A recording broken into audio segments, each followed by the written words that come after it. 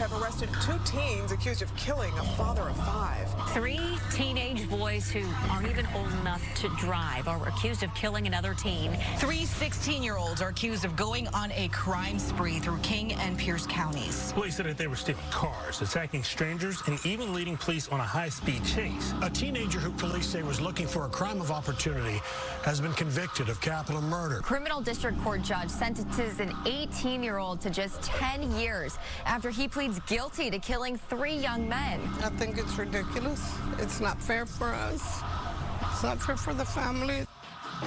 Welcome back to this special edition of The Factor Uncensored. As you saw, cities across America are seeing a surge in youth violence. Right now in Washington, D.C., things are so bad that the mayor declared an emergency to deal with youth violence. He called juvenile crime an imminent threat to the health, safety, and welfare of residents. Now the question arises, what should we do?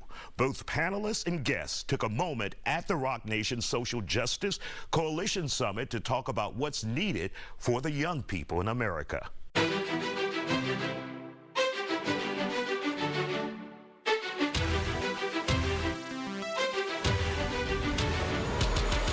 Certainly experiencing some major problems, but they're not problems that we don't have the capacity to deal with and to overcome. It just requires the investment and realizing that no child is born bad. There's always external forces that impact their lives, but if we invest in their wellness and well-being with care, compassion, and not control, then I'm certain that we can overcome those problems collectively. Rapper Fat Joe echoes this sentiment, emphasizing the need for role models and support for teens. We affected the most, the black and the brown, and sometimes they got to see people that they can relate to, sending out the message, you know, and letting them know we're fighting for the youth. Because a lot of the youth feel like they're all alone, nobody can hear them, they're the voiceless. So they need to see their brothers and sisters who come from where they come from and letting them know we're trying to help you, we're trying to change the systemic racism in the justice system and give them some form of hope and inspiration, you know, something to wake up and look forward to. That's what this is all about. Approximately half of all youth arrests stem from offenses like theft, simple assault, drug abuse, disorderly conduct, and curfew violations. According to statistics from the Office of Juvenile Justice and Delinquency Prevention, theft emerges as a primary reason for youth arrests. These are all areas where guidance is believed to have the potential to turn things around for the young people. We always had this idea or this notion that the children are our future, and indeed they are. Our world should and always will revolve around the children and the youth who are our future and representative of the best and the most vulnerable amongst us. And so care, compassion, nurturing, and love is incredibly important for everyone, but it's especially important for children who have no other access except through the adults in their lives and their communities, and it takes a village.